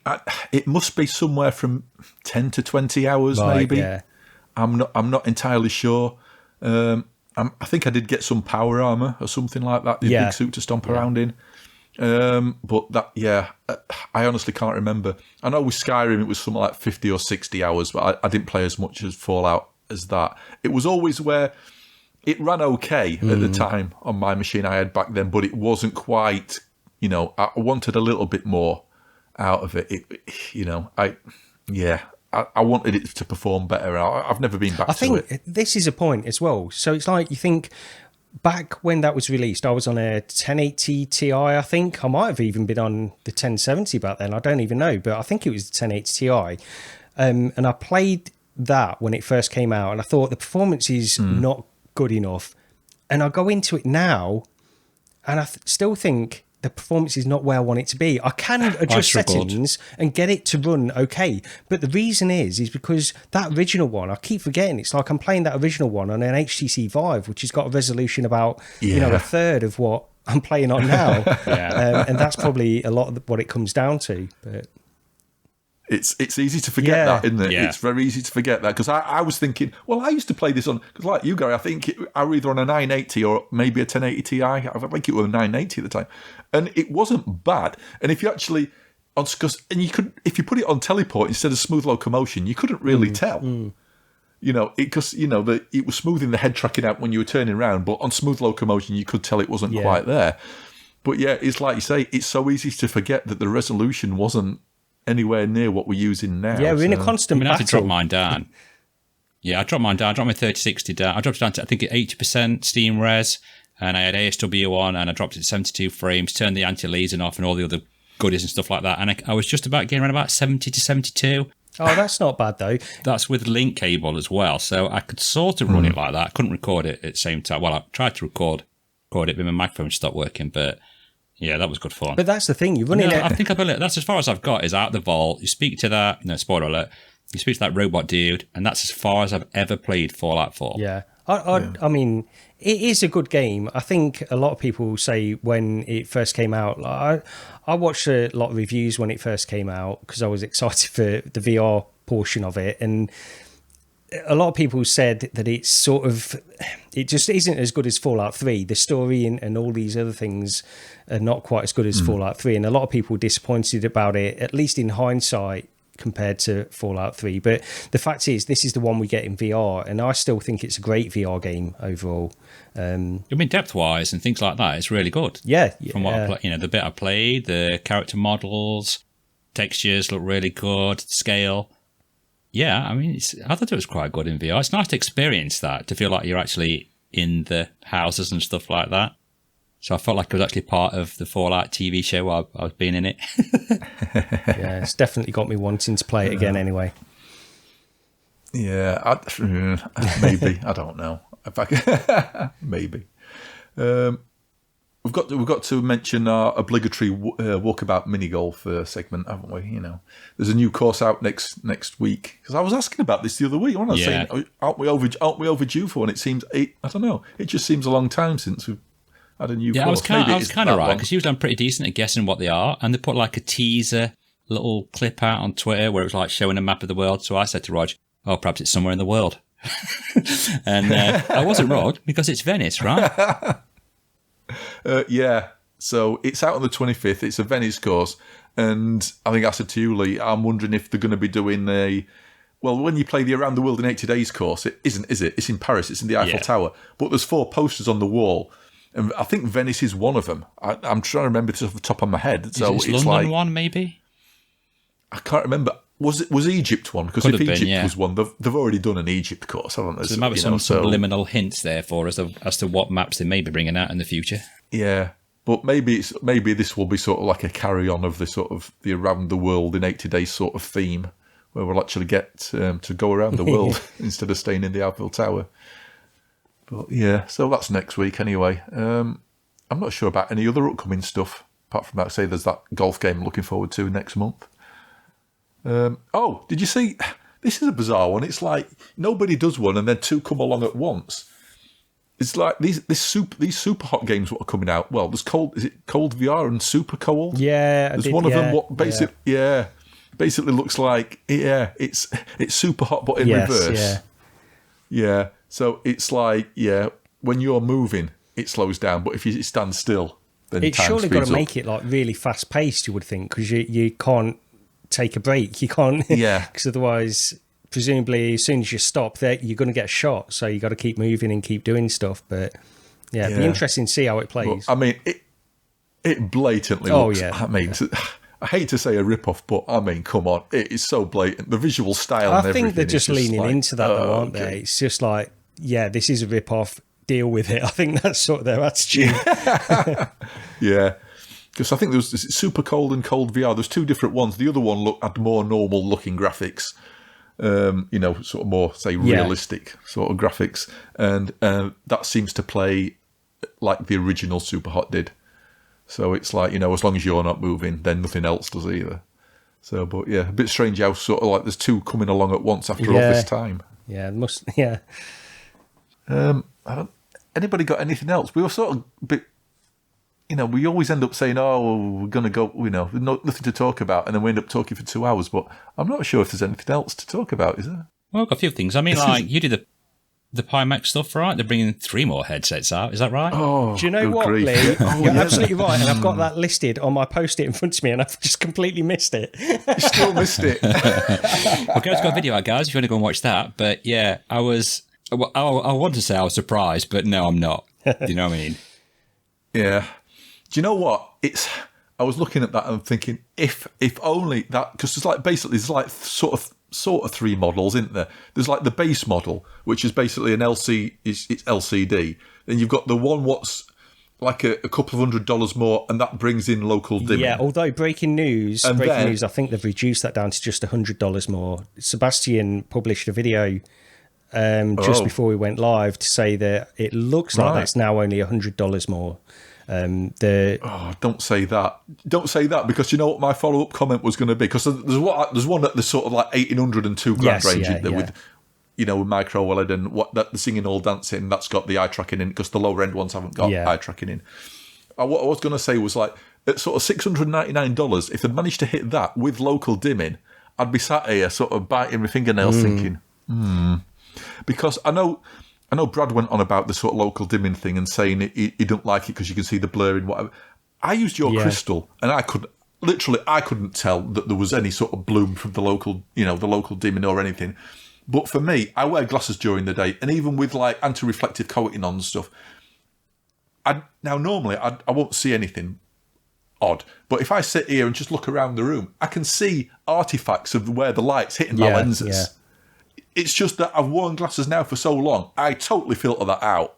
I never notice it unless somebody, like the other day when it sort of got mentioned and I started looking at it, or like now when I'm thinking, oh, well, I can actually see a reflection here or a slight blurring or glow there. And so maybe with, local dimming in a headset, for me, it's something what wouldn't register with me because it's a very similar thing to what I'm going to be getting, because I wear glasses normally, so it wouldn't bother me. And that image on that crystal looked... Well, that's the thing. On the crystal, so people complain about this bloom effect because the crystal has got this local dimming, this mini LED backlight, basically. So it's got local areas where it can dim like an OLED. So you get really good black levels, but the problem is it's not got as much of a resolution on the areas that it's lighting, so you get a little bit of bloom. Now, I don't notice that as much, and there's various things that I don't notice. I don't have a problem. And I was talking on a comment, actually, on one of my videos earlier where people were talking about OLED being the be-all and end-all. It's like, OLED, you need the OLED true blacks. And I remember going from my Rift CV1, the Vive, to the Valve Index, and that aspect just didn't hit me as much. And I know it's important for some people, but I can only talk about it for me. That aspect doesn't affect me as much. I think it's maybe the same as bloom, because the bloom didn't hit me in the crystal anywhere near as much as it seems to with other people. And I also think that it's the QLED display in the crystal, which has got this local dimming as well.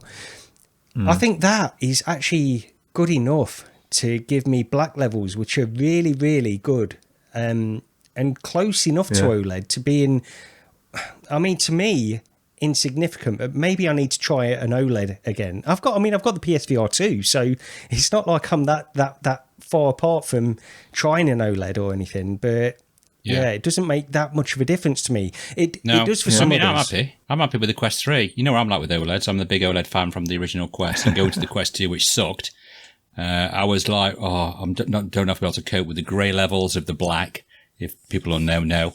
But I've got no issues with the Quest 3 at all. I think the black levels are really, really good on it. Well, I'm sort of the same, Lee, honestly. And I know people, see, Rog might not be. And I'm just somebody that doesn't notice that as much, I think. I think that's what it comes down to. I think with me is I notice it, but I've got used to it. It doesn't really bother me. The pros with this sort of, when...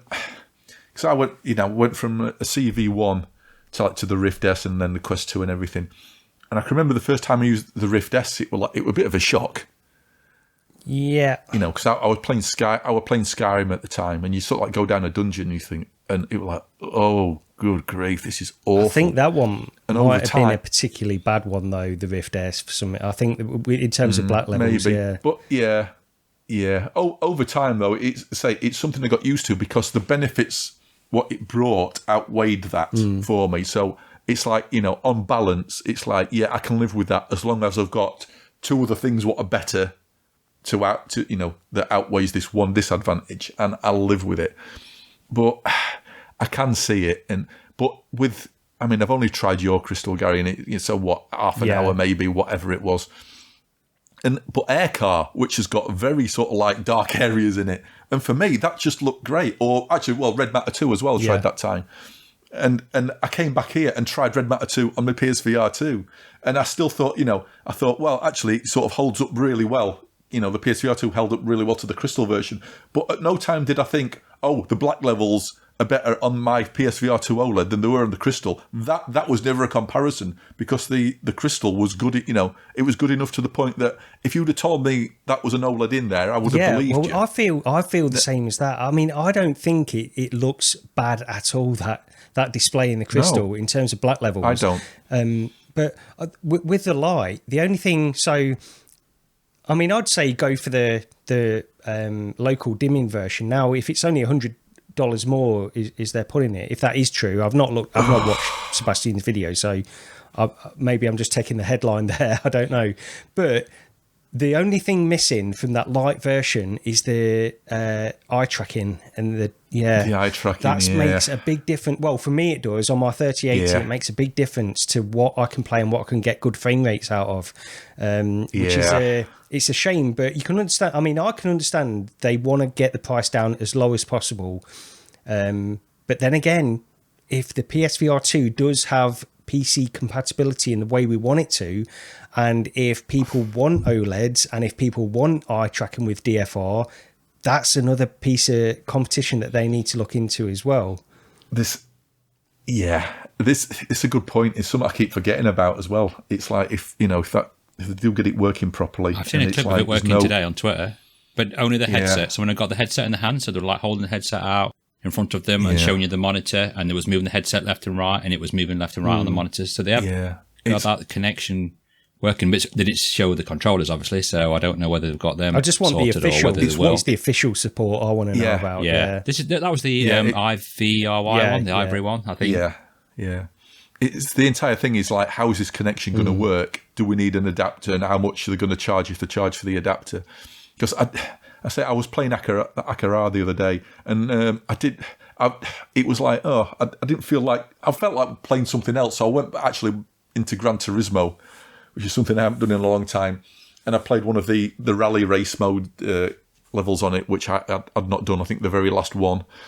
So I was playing that, and going from the Quest 3 into the PSVR 2, I keep saying it, but it does. It's every time I do it, and it's like, the FOV is just better. I can see it. Yeah, it's just better. There's there's a definite step up, and it's okay. It's not massive amounts, but it is so noticeably better. I think it's vertically where it hits me most. I was looking at my Quest 3 earlier on today, and it's definitely, it feels narrower on the vertical FOV compared to the PSVR 2. So I mean, good grief, if I could have the PSVR 2 in my PC at 120 hertz or even 90 hertz, but 120 because I think I'd need a 120 on the PSVR 2 just because of the persistence of that display. I can still see screen persistence. No, I'm not on about the reprojection, but the actual persistence of the image at 90 hertz is noticeably more. It doesn't annoy me, but I can see it. Where at 120, it's enough for me that I can forget about it. It updates fast enough that it's not a conscious thing. So if I could have the PSVR 2 at 120 hertz, actually, forget Pimax. That'd do me. It'd hold me over. It'd hold me over for now. Just back onto Pimax though, what did you both think about the form factor? This is something I've mentioned, and this is the number one thing for me, which I felt was the biggest disappointment, because when Martin Sweeviver in that presentation, I don't know if you guys watched it or not, but he was talking about it as if this is basically the form factor going forward, and there's no plans to change anything about it. That was one of the biggest disappointments to me, because especially when you think about the OLED, micro OLED version, you've got these tiny 1.5-inch displays in this huge headset. The lenses, the pancake lenses that they're pairing with it, can go so close to those displays as well, because that's how they work. They don't need such a big gap.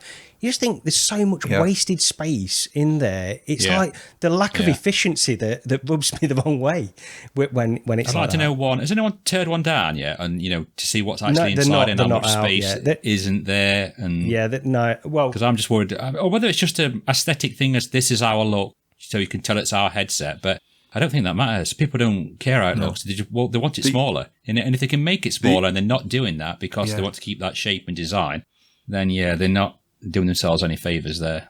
Yeah. The only reason it can be, the only true reason it can be really is manufacturing and the cost for them to retool everything. Because they've got a production line set up, haven't they, to make those cases, to make those headsets. Yeah, exactly. And it's like, how much would it be to retool it for different versions? If you're, because the thing with Pimax is they're always bringing out a new one, aren't they?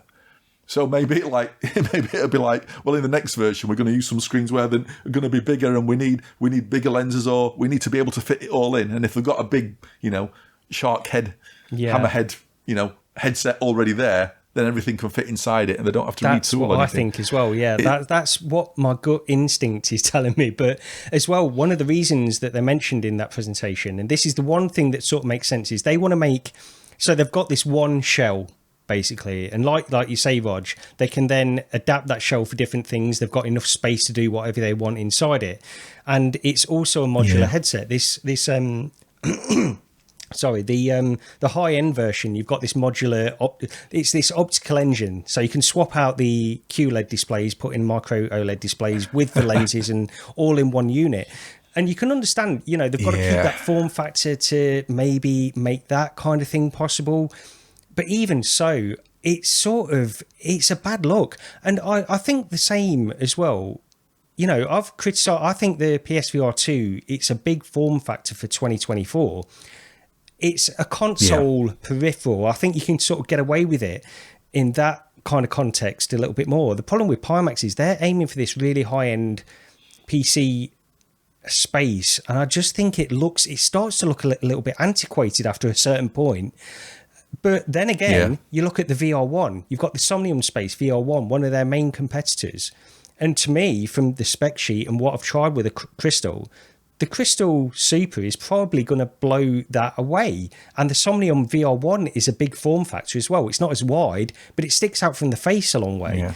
So, I don't know. A lot of these high-end VR headset manufacturers just don't seem to be focusing on form factor at all. They don't want to compromise on the way the optics and stuff like that, which might be great for certain applications, but as an all-round VR headset, I think it starts to look a little bit antiquated when compared to some of the others. That's all. Yeah. I just want to apologise as well, because I've had to mess around with my microphone. Hopefully, I'll be able to take that out with noise reduction when we finish recording. My filter kept dropping down. My mic keeps dropping down. So hopefully that'll be gone in the audio and the video. So if there is some slight noise there, I do apologise. That's me trying to sort my stupid microphone out. Oh dear! I think Gary's the only one here with anything remotely approaching a decent professional setup. Well, I wouldn't go that far, but I've tried to just stick things together as best as I can in terms of the equipment I've got. Anyway. But I think I didn't hear anything anyway, Lee, so I think we're fine. Yeah, I could see it picking up on my Audacity. I thought, it's all right. I couldn't find the mute button because you told me about like a mute thing, because there isn't one on Audacity, right? Yeah. And I was looking on my desktop and I couldn't find it. And I was like, my microphone was falling down. I'm trying to grab it and trying to find the mute button at the same time. It's all right. This is part of our new Recentered format. Anyway, we're just casual now. We're just going to go with the flow, whatever. That's it. We just go with it. It saves me making extra videos with the bits in it. Just leave them in. Oh dear. There's one thing I meant to put down, and it's something we were going to cover. I don't think we got round to it, did we, Lee? Me and you both played Undercover. This is going back a while. The Time Crisis type arcade gun shooter. I remember that one. Which I think we were going to cover when we sort of had the idea of doing a retro podcast. Which, okay. So I do want to mention this because we were given access to it. But if you've not played it, go and check out Undercover if you're wanting an arcade-style, very much Time Crisis-like game in VR, because it is the closest to Time Crisis you will get in VR. It's a two-player co-op game, and it's a wave shooter, and it plays exactly like Time Crisis. And I don't know if there's anything more to say about it, other than that I actually really liked it. I thought it did it really well. Yeah, I really liked it too. Yeah, it had a nice... I'd not seen it in any other game, the way the crouching mechanic works, because... If you want, you can play it seated, and you can press a button to crouch, and you do the crouch to reload sort of thing. But it also, if you wanted, you could sort of stand up in your play area and then crouch. But when you crouched almost maybe say 6 inches, your viewpoint suddenly dropped all the way down. And initially I thought, I don't like that. That's a bit odd. And then within 2 or 3 minutes, my knees were thanking me, because it enables you to do a full, just by sort of ducking a little bit, enables you to do a full crouch in-game without wrecking your knees, which is great. And it's like, can I have this in other games, please? I really like that. It's, for those of us who aren't in our 20s or I sat down, even dude. 30s. I sat down playing this. But I tell you what I did like as well. I think it's on the big screen when you're doing multiplayer, before you actually start going into a game, it gave you the latency of your internet connection. So I was like, right, that's really cool. It's like they've given that. I don't know if voice chat's enabled now. They've got that working, because I don't think that worked when we played it, right? We had to use chat, I think on the meta chat one. But I mean, I've not been back in it since, so maybe they've got that sorted now. Yeah, we need to jump back into that. Yeah, I think we got about halfway through, didn't we? So it was really good. I enjoyed it. I thought it was really decent. But yeah, if you like your arcade, definitely play with Raj because it's carrying my ass all the way through that. The only other thing I wanted at the time, I don't know if they've patched it or anything. I don't think there was actually any online leaderboards, were there, at the time either? Which seemed to be a massive. I don't think there was now. There were. I think there was maybe there was a scoreboard, but there weren't online. There wasn't an online scoreboard, so I don't know if that's been patched in on that, which is like a really weird omission considering the sort of game it is. But yeah, I found it fun. So if you're looking for a 2-player co-op, was that the sort of like the Japanese style one? Yeah, I don't. It reminded me there's been sort of stuff like that before, aren't there, in the past, and it's. Yeah, no, it doesn't appeal to me. See, I don't know if this is the game that GT mentioned on Twitter. I know I'm not mentioning Twitter a lot. I have not had a backhander from Elon to keep mentioning it all the while. And yeah, I know it's called X, but to me it's always called Twitter. But yeah, he put a post out the other day saying he'd been turned down early access for a game because they were worried that he'd say something negative about it. Which I don't. You're down a dangerous path when you start doing that. Because immediately people think, well, there's a reason then. There's a bad reason that it's not going to be very good. Yeah, I will say there's with that, it's like it's not a good look. First of all, I will say that is an awful look when somebody is saying that they've reached out and because GT's sort of known for giving his honest thoughts on games as well and things like that. So if he's not being sent a key, then you that's a bad look. There is the only way I could sort of see the dev side of it is if you think about there's a lot of different genres of games and stuff, and you think like if you're a big outlet where you've got a lot of people that are reviewing games like IGN or something like that, you send a key into IGN and generally they'll try to pair a key with somebody that is generally sort of knows about a genre or is a fan of that genre ideally in order to review the game. I think it comes into play a little bit different if you've got one influencer on one YouTube channel and they've got to cover all of these different genres. And if you're a developer that has made a game of a specific genre that this person is not a fan of or is not necessarily, I'm not saying that GT will be unfair or anything like that, but he's just not a fan of them or doesn't. It's like sending, say, like a Microsoft's Flight Simulator or something like that to somebody who plays only arcade games. It's not going to work. You know what I mean? So that's the only way I could say that I could defend the developer if it was in that particular circumstance. Yeah, I can understand that point of view. It's like someone sending me a mech game to play. Yeah, exactly. I'd be like, be like somebody sending me a football game. It could be the best football game ever created in existence ever. Definitely not FC24. That was awful. I mean, I think my sort of football sort of gaming career sort of started at Match Day on the Specky and probably ended at Sensi Soccer on the Amiga. And I'm not a fan. Play Manager, dude. Play Manager. Kickoff 2, Sensible Soccer. No. Yeah. That's my limit. That's the thing, but nothing. Yeah. I mean, I will say it's not a good look for a developer if it's like a general quest game, like a general arcade kind of game, and they've not sent it to GT for that reason, and it could be the Soul Covenant. Then I don't think there's really any excuses for that. I can't remember what it was because he didn't say. I'm sure he put. It was coming out. It was coming out yesterday. So whatever came out yesterday, it's one of those games. But it might have been that I can't remember because I did watch a video of his, and he was reviewing something on the PC, and he said, "I've not played it on Quest because they wouldn't send me a key." So it was whatever he's put a video out for something in the past couple of day or two on PC, and they wouldn't send in the Quest one. So maybe the Quest version just isn't working well. That would be a first one, That's true. Yeah, nothing new there.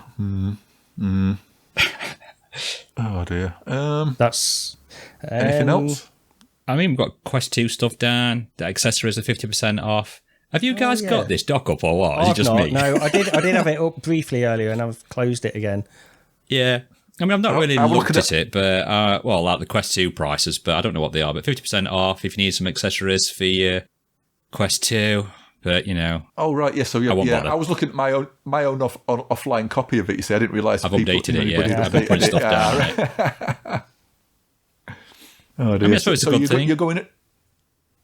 You're going along to WA or WASD again? WASD. I'm going to WASD. If anyone is going to WASD and knows who I am, obviously being famous in that, you should do. But yeah, come say hello. Have a picture taken with me. I do not charge at the moment, but as soon as I get up onto one of those panels where I'm sat at the front on a desk with a microphone, it's 10 quid a pop, boys. Get in now, quick.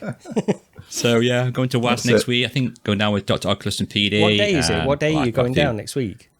Going down on the Saturday, yeah. Oh, okay. Right, yeah. Just the Saturday. I think it's Friday, Saturday, Sunday, but we're just going down for the Saturday. Yeah, I went last year. It was okay, yeah. But I think Arcade Paradise are there, which is the game that came out not long back, where you're like own a laundromat, but you've got an arcade in the back, and you're sort of doing that up on the slide. But I don't know. After playing like the arcade games like what we played from Half Day, I don't want to work in a laundromat. I just want to play arcade games. But I can see the appeal to it. I mean, it looked kind of cool, the videos I've seen, and I'm sure I've seen it out on PCVR as well. But a while back, I don't know. It could be a different game, but. Yeah, they're going to be there. I think GT's going down. I don't know if Ben is, but I saw Ben last year. Is there much VR Scorpio's there? Going down. Last year? There was only one game there. I couldn't even tell you what it was. The only thing I can tell you is when I got there, Power on VR told me that the bloke playing nearly fell over. So I was like, get him out. Do you know what I mean? But I don't know if there's going to be any more VR stuff there. Like I said, Arcade Paradise are. But yeah, there's quite a few games there. I think like Manor Lords that's coming out on Steam, which is like the most #1 Steam requested game at the minute with like, has it got like 500,000 or 5 million or something like that? I know there's not much discrepancy between those two numbers, but I think it's the most wish listed game at the minute that's coming out end of this month. It's like a kind of like a, you build your town up type of thing. One of them things the missus likes and gets like 300 hours on. They were there last year, but I missed it. Oh.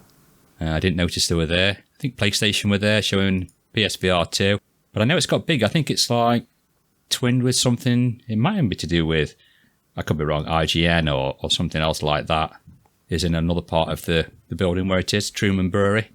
And so yeah, I'm looking forward to that.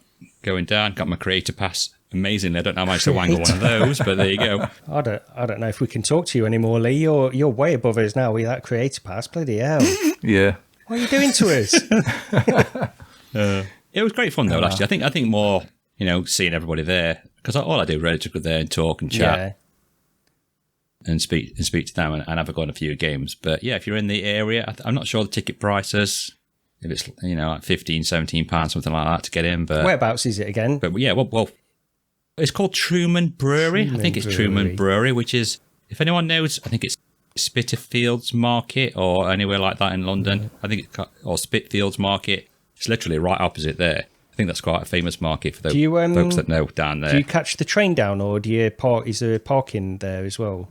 Well, this is the thing. You can park, but it's going to cost you a fortune. It's like 50 quid. I could catch the train down, probably at a bit of a discount with being disabled and that, but I'd be sat on my own, and I'm pretty sure Dr. Oculus is going to drive down. But I've said, look, I'm going to have to help contribute here to some sort of parking thing. Yeah. Because we were parked last time, there were like Ferraris and Porsches and stuff parked in there. I thought, well, it's known to them. But it's relatively central, to the isn't normal it? person. I'm just looking on maps. Yeah, it's relatively central. It's not far. You can see the Gherkin as you're like riding up to near enough where it is. You can see the Gherkin on the skyline. It's not too far away. Yeah. I was just looking at what I've got on next Saturday because I was toying with the idea, but I'm not able to anyway next Saturday. But maybe it's a long day, especially from where we are, Midlands wise. Long day there and back, to be honest. But yeah, maybe next year we can all go down and sit at that panel. If you are 10 quid a photo. If you are down there, just look out for the bright green hoodie. That's it. I assume you'll be wearing that. Obviously, yeah, of course. Got a promo. It's contractually obliged. Yeah. And if anyone wants to speak about any sponsorship or anything, just come give me a chat. Anything else? We're about done then. That's it. Yeah. Yeah, I think so. Well, thank you very much for listening. As always, it's very much appreciated. Give us a good old like and subscribe, and hopefully it won't be too long before we see you in the next one. Cheers, everyone. See you next time. Take care. There's always one. Gary just paused, didn't he? Because I thought Gary's trying to remember what he's supposed to say and he's forgot. That's exactly what happened.